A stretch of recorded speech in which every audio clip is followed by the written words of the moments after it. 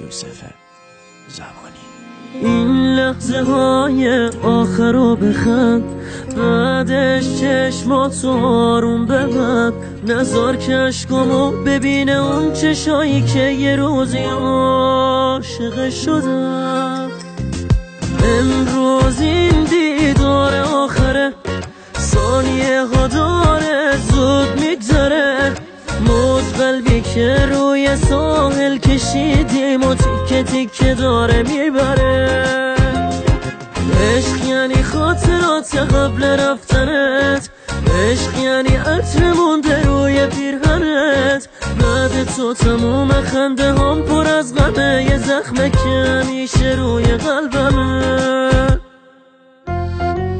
با چتر بسته زیر این هوای بارونی، عشق روی گونه‌مو نمیدونی، بهت علاقه داره این دلم هنوز، بازم میگی میری نمیمونی.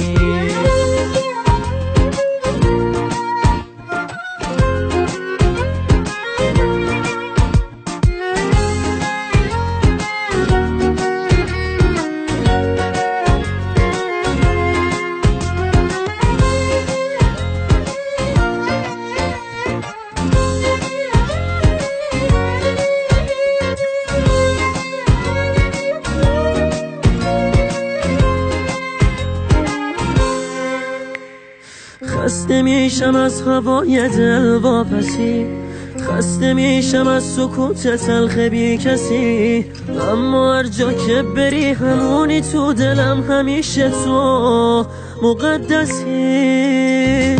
امروز این دیدار آخره، ثانیه ها داره زود میگذره، موج قلبی که روی ساحل کشیدیم و تیکه تیکه داره میبره. عشق یعنی خاطرات قبل رفتنت، عشق یعنی عطر مونده روی پیرهنت، بعد تو تموم خنده هم پر از غمه، یه زخمه که همیشه روی قلبمه.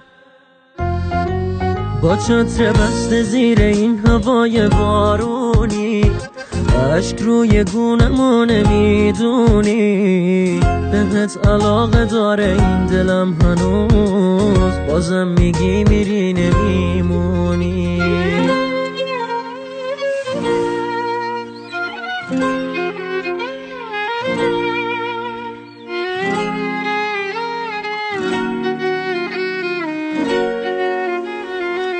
تنظیم ناصر عباسی.